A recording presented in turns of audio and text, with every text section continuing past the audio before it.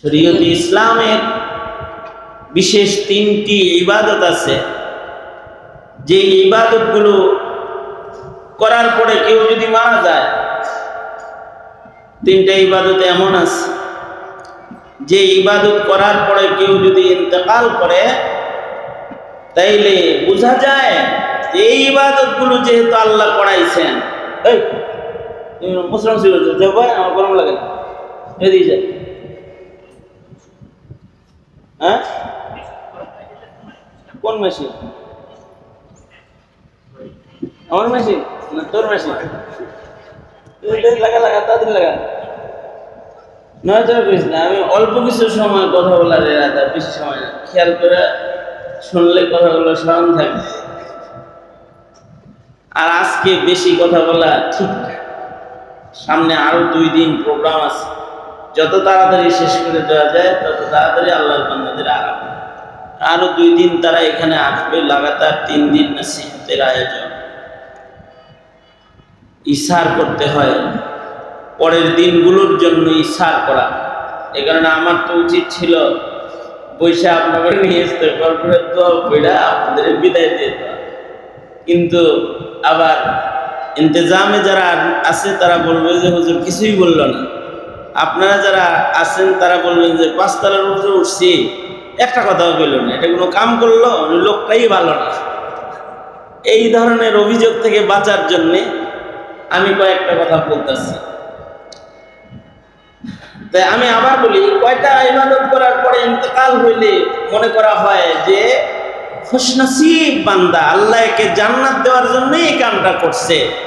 এটা সাহাবী, তাবি, তাবে তাবি সবাই মনে করতো যে 3টি ইবাদতের পরে কারোর যদি মৃত্যু হয় তাহলে এটা খুশনসিবি মওত, আল্লাহ তাআলা তাকে আসলে জান্নাত দেওয়ার জন্য এমনটি কাণ্ড ঘটায়। 3টা ইবাদতের ভেতরে একটা ইবাদত যেটা চলে গেল, রমাদানের রোজা। কেউ যদি 30 দিন রোজা রাখার পরে ইমাম বুখারীর মতো যদি ঈদের দিন মরে যায়, তাহলে খুশনসিবি মরণ, একেবারে জান্নাতের সার্টিফিকেটওয়ালা মরণ, জান্নাতের সনদওয়ালা মৃত্যু এটা। কারণ আল্লাহর রাসূল কি বলেছেন? আল্লাহর রাসূল বলেছেন, قال رسول الله صلى الله عليه وسلم من صام إيمانا واحتسابا غفر له ما تقدم من ذنبه। আল্লাহর রাসূল সাল্লাল্লাহু আলাইহি ওয়াসাল্লাম বলেন,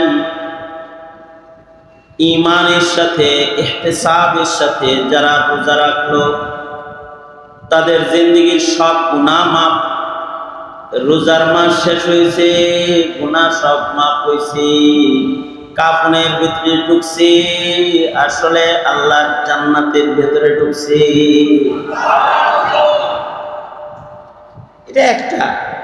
আরেকটা ইবাদত হলো কারোর যদি উমরা নসিব হয়, কেউ যদি বাইতুল্লাহ চলে যায়, কাবা ঘর তওয়াফ করে, সাফা মারওয়ার সাই করে, এটা যদি কারোর সুযোগ হয়ে যায় তাইলে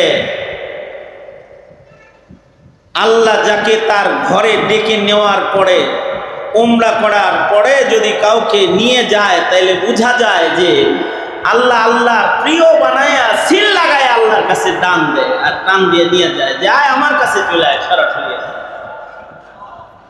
আর একটা আমল হইল কারোর যদি আরাফার হাজিরা নসিব হয়ে যায়, ইয়াউমুল আরাফাতে, আরাফার মাঠে কেউ যদি চলে যায়, আল হাজ্জু আল আরাফা, কেউ যদি আরাফার মাঠে গেল তাহলে সে হাজি হয়ে গেল, তার জীবনের সব গুনাহ মাফ। রিওয়ায়াতে আছে আরাফার দিনে আরাফার উপর দিয়ে কেউ যদি সওয়ারিতে ঘুমন্ত অবস্থায়ও আরাফা অতিক্রম করে ইয়াউমুল আরাফাতে অতিক্রম করে চলে যায়, তাইলে ওখানে আল্লাহর ক্ষমার দস্তরখানটা এত বিস্তৃত যে এই লোকের জীবনের সব গুনাহ আল্লাহ তাআলা সাথে সাথে মাফ করে দেন। তাহলে একটা আরাফার হাজিরার কিরকম দাম, যে আরাফার কারণে সে হাজি হয়ে গেল, আরাফার কারণে তার জীবনের সব গুনাহ, বলেন সব গুনাহ মাফ হয়ে গেল। সব গুনাহ যার মাফ হইল তার কি দোজখ রইল না, সে জান্নাতি হয়ে গেল?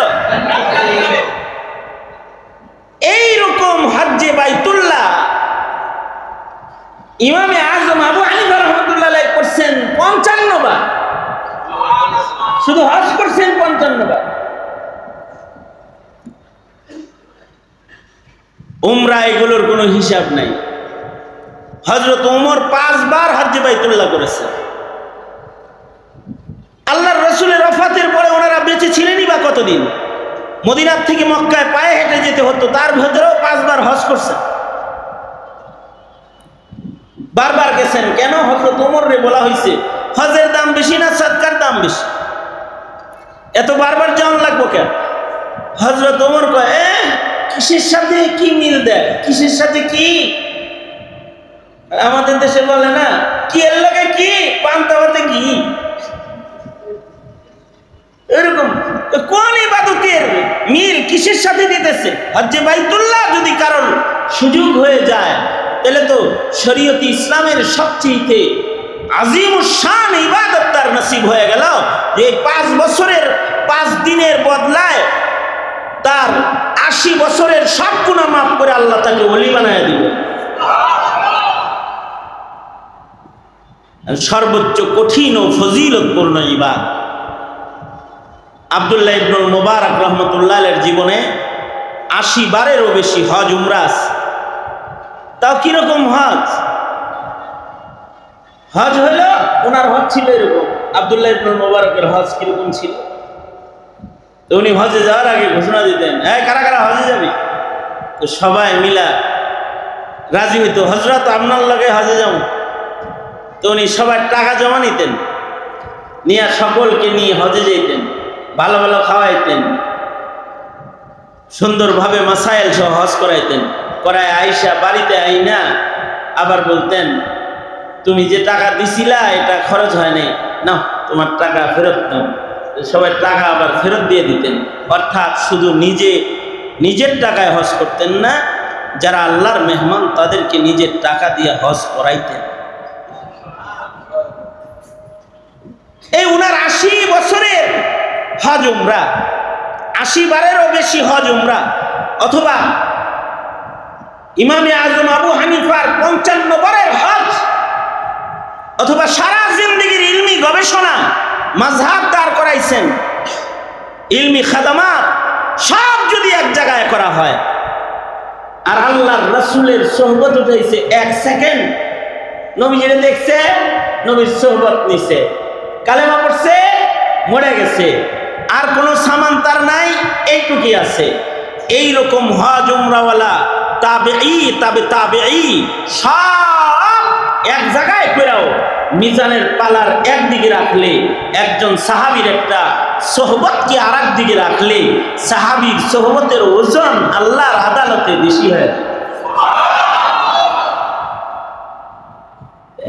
আপনারা আমরা আর নবীর সোহবত তো আর পাইতাছি না, অথবা তাবেঈর সোহবত পাইতাছি না, তাবেঈকেও পাইতাছি না।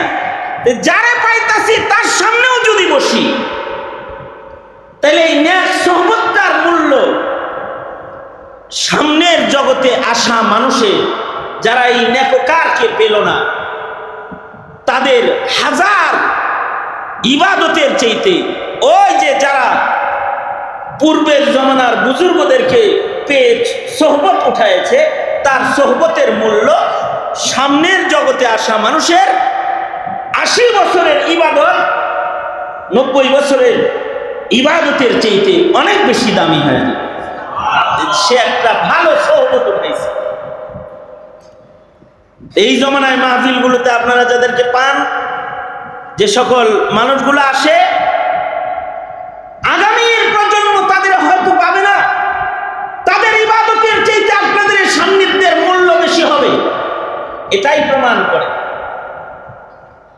তাহলে এত বড় একটা নেকির কাম, এটার শুকরিয়া আছে না?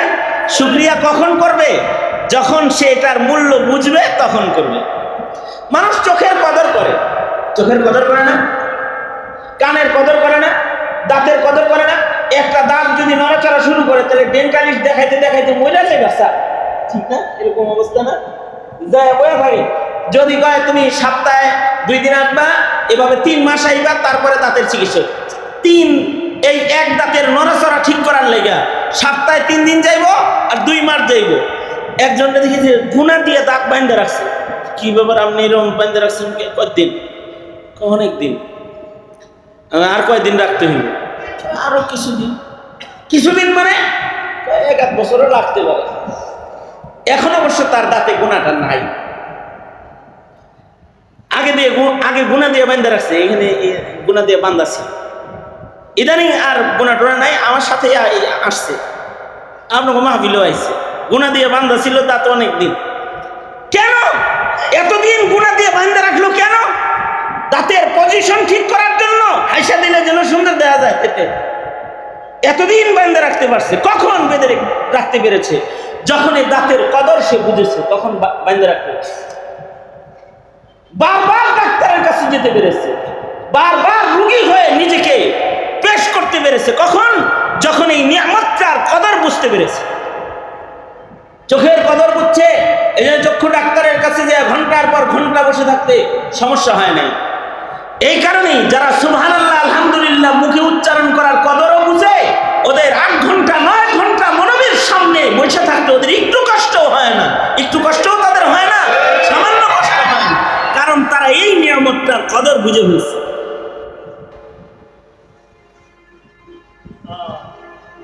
এজন্য আগে তো নিয়ামতের কদর বুঝতে হবে না।